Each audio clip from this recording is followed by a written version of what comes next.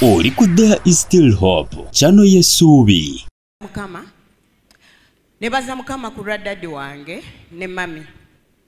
Senga daddy teyakkiriza ne mami okunsembeza n'okundera mu bulumi bwe nalimu olwaliro nandibadde siriiwo kubanga najja wano mu 98 nga maze emyaka 3 wansi. Manyire baganda bange mwebali kati bawumpulira. Amina.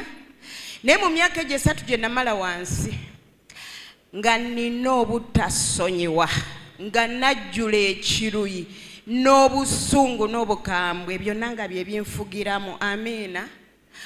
Emyaka egyo 3 lwaki nagimala wansi nayagala omusajja omukazi w'omusajja nandoga omukazi najja nannumba ngenda kwanguya bingi naye kanyanguye obudde bugenze. Najja nannumba we nabeeranga nali sulaawo ku Udiam House. Naŋŋamba nti kaakati nno gwe togenda kuddayo kumanyira mpaka lw'oliva ku nsi. Wayagala musajja wa munno? Nayagala omusajja w'abandi. Weebale. Wanzi? Naŋŋamba nti kyombonyaabonyezza kimala. Omukazi akulumba waka? Yannumbaka musumba nze omanyi nayagalanga nnyo okunywa omwenge era nga saa 11 buli obudde oluziba saa 11 nga nina okgenda mu bbaala twagunywerangawo ku Nairo Grill we twaziniranga amazina ne tubukeesa. Amiina. Naye neebaza Mukama kati nzina ga Yesu ndi pastor by the way. Amiina.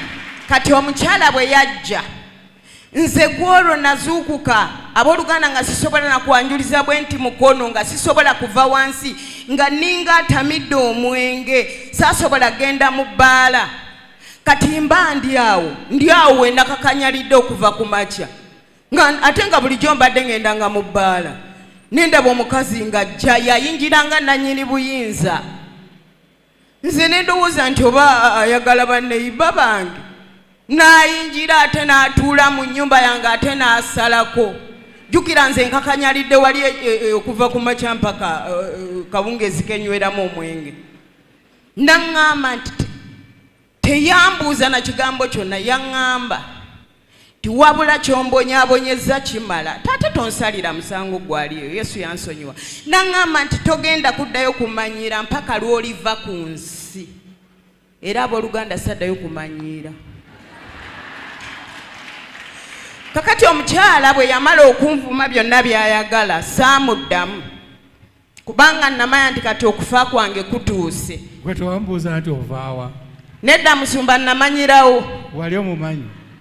Nali seetaaga mumanya musumba nze nga tebinkwatako oba gyali oba taliiyo bwe bulamu bwe nabeeranga mu dadi. Kaakati bwe yanvuma bw'atyo nenga nti nfudde ngenda kufa okuleka omwana wange. Kati nalina omukozi yali mu Lugwala. Naŋŋamba maama mukube ni mupige mu Luswayiri ne mugamba nti tokuba kubanga nange banzibako bba wange ne mmanya nti kiruma. Amiina dadi w'omwana wange. Kaakati omukazi bwe yamala okwogera ebigambo ebyo naŋŋamba nti ate jangu tugende. Ate obulamu ne bunziramu enze eyakaddiiddewo okuva ku makya mpaka ggulo. Ne ntandika omugoberera mu kolido yonna. N'agenda nga nvuma bwe twatuka ku gate oyo mu Lugwala omukozi n'ankomyawo mu nnyumba. Kati era saddayo kuvaawo wansi. The next day nendaba ekintu daddy nalaba n'amaaso gange siri mulalu. Kyajjanga kyambadde essaati n'empale. Esayidi emu ya muntu, esayidi emu nga ya kintu kiringa ekyafa. Ne kituula mu ntebe ne kisalako ng'oli bwe yasalako ne kidigida. Bwe kyajja ne kimala ne kijja ne mu kirooto oba olaba? Daddy mu buliwo ndi ku kitanda olwo sigenze mu bbaala ogwokubiri. Okay. Kakati ne kidigida. Bwe kyamala ne kijja ne kindwepinga. Mu buliwo seebaka. Salota blosi. Kati bwe kyamala okundwepinga kuba nina omwana ne mpulira ng'omuntu agenda okuzaala. Ne mpulira ebisanga binnuma. Ne mpulira n'omutwe gwange nga gwagala kunjatika mugwabika. Ne mpita banneyiba mpulira nfa mpulira ngenda. Naye olw'okuba Katonda yali yammanya nti ndiba mwana we teyaŋŋanya kufa. okuva olwo abooluganda saddamu kuseka, saddamu kuva wansi nga nkaaba. Olaba nakaaba wano dadi ne church n'entamwa we bandeetera wano nga mu ddwaliro nkaabirayo, ne bwe bankuba diazepam, ne bankuba lagakitirwe era nsula nkaaba, ne mu masabo nga nkaabirayo ate byanumbangayo ne bijja ne binneebakako mu masabo, ate ne mu ddwaliro nga bijja binnumbayo binneebakako. Mukama yeebazibwe. Kakati ng'omusajja w'omukazi si kyamwagala nga njagala kino ekintu. Amiina. Naye tayimu yatuuka, buli omu bwakukoowaawo Yesu atandikiraawo, mumukubireko engalo.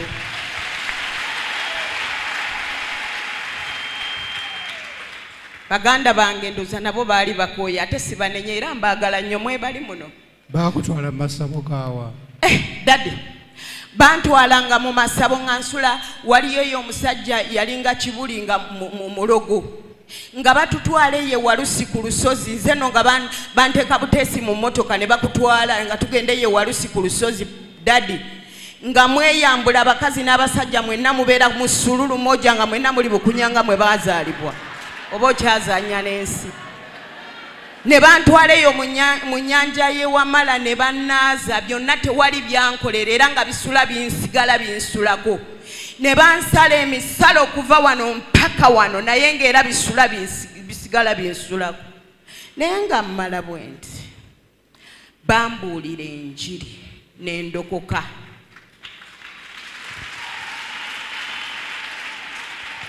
Baagikusanzaawa? Bansanga mu ddwaliro Ensambya mu 98 n'endokoka. Kati abaabuulira enjiri baava wano. Nebaza Katonda nange ndi mubuulizi wa njiri, ndi pastor ate nga ndi mubuulizi wa njiri. Hospital ministry gye banzija, gye bambuulira enjiri, nange bwe nawonamu dadi naŋŋamba nti lovely daughter genda otandika obuulira enjiri. Naye ng'ebyo byonna byajja bityanze okuva wansi. Lunaku lumu nga akanani ekiwempe kyali wali okumpi n'Ovakkedo, we neebakanga ku kawempe wenkaabira emisana n'ekiro, naye neebaza Mukama dadi ne mami tebankoowa. Bannange nze nakaaba nga neeyagula nga ningali, ate najja jjukira ndi eri mu nsi wadde nali mulwadde dadi ng'era enjala zange zo bajja ne bazirongoosa wadde nga ndi wansi ku ndiri, nga nina enjala zininga ezaamuwa butwa, naye nga nze neetakuza nga ninga ayina ebisaanyi mubiri gwange gwonna. Naye olunaku lumu nga neebase wano sifa ate siwona. Wali olabye okufa tofa ate towona. Naye lumu dadi najja ku kawempe we nali neebase, nakakana, teyajja nga ayimiridde bw'ati, yakakana wendi n'afukamira. Naŋŋamba nti nakyagaba, yampitanga lovely daughter. Naŋŋamba nti obadde oli awo weebase. Mukama n'aleeta ekifaananyi ky'omu maaso gange, naŋŋamba nkugambe bw'otasonyiwa ogenda kufa. Teyakirumamu. Ne ŋŋamba nti naye bannange ono yategeera atya nti nakyawa baganda bange, era ngaŋŋamba nti senga omuzimu gudda ne gubatuga nga nfudde, era mwe bali bawulira oba bali waggulu bali wansi simanyi gye batudde. Mukama yeebazibwe. Naye mu byonna nga tebannanzijjaka kundeeta wano, bali abambuulira enjiri baleeta dadi awaka ekansange wa sisita wange, baali waggulu baali wansi naye nga waali. Naye kye baakola dadi tokimanyi. Bali abakyala nga twazaalibwa mu famire ejjudde obukabwe ejjudde obukambwe, mwana n'omuzzukulu bonna nga bakambwe. Mukama yeebazibwe. Baavuma dadi. Dadi tanyega ne mami. Era bakwata batambula butambuzi ne bagenda. Mukama yeebazibwe. Kwole ne baŋŋamba oze wano otuleetedde wano abalokole, yagala emizimu gyo gitutugumbulire muno mu nnyumba kubanga otuleetedde abalokole. Mukama yeebazibwe. Naye dadi kye nsinga okwebaliza Mukama, bwe namala okulokoka n'enva wansi, baganda bange baalokoka. Bonna abaali abaavu era nkyogera nga nabo bawulira, olwaleero balina ssente n'abaana baabwe. Omukisa wa Mutundwe mazima oba tebaali banaku baveeyo bagambe nti nimba kyenjogera. Mukama yeebazibwe. Kakati tutuuka process y'okuwonyezebwa. Dadi ajja ngamba nti ogenda kufa kubanga tosonyiwa. Nayogera ekigambo ne ngamba Mukama po omutima ogusonyiwa baganda bange. Ate nga ne Mukama simumanyi, nze saali mulokole bya Mukama tobingamba, nze ekintu kye nali manyi Dadi baala na mwenge. Mukama yeebazibwe. Naye neebaza Katonda. Dadi bwe yaŋŋamba bw'atyo ne nga Mukama mpa omutima ogusonyiwa baganda bange. Lwe lunaku lwe nawulira eddoboozi nga limpita. Ate eddoboozi bwe lyampita nze nalaba tewali yandabira, n'endaba enjegere nga zikutuka nga we ziri waliwo ekitangaala ng'eno obulamu bukomawo. Kati wayita ebbanga ttono Dadi najja n'aŋŋamba nti mwana wange siibako. Ne nga naye omusajja ono mwagala nnyo naye ayagala kunzita. Nze naye alaba nze omuntu omuyinza nsobola okusiiba. Bannange ebyo bye tubeeramu. Naye mba neekalakaasa wali ku kabewempe kange we neebase. Omuntu n'aŋŋamba munda gwe simanyi nti siiba. Mukama yeebazibwe. Abooluganda ne nnyingira mu kusaba n'ensiiba saafa. Kyekyo lwaleero nyimiridde. Neebaza Katonda.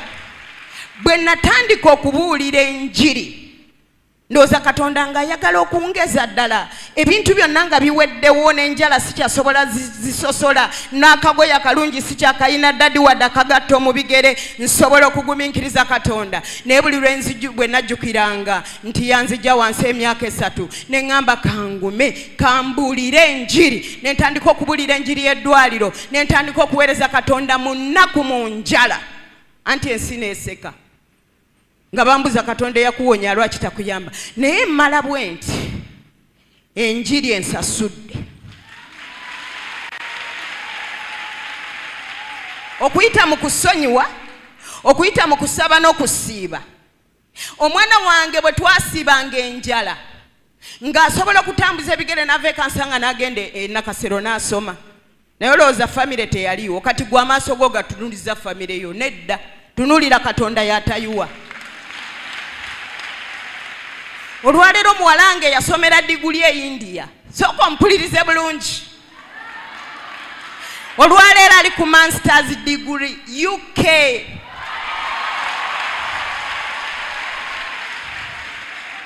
Bwe nafubutukawo Mukama n'antwala mu ggwanga lya Bahrain ne Dubai ne muweereza.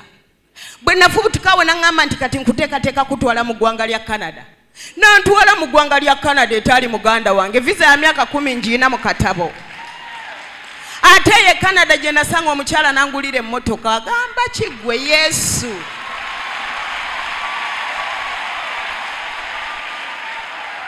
Dadi nkwagala nnyo ne mami nnyo Dadi. Ebigambo byange byebyo.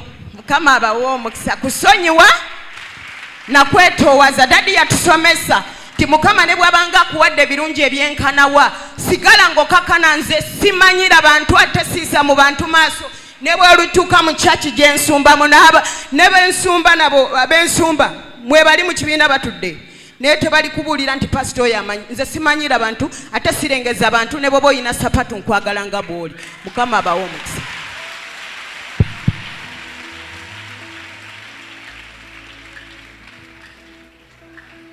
Amina. Akati n'owulidde eddogo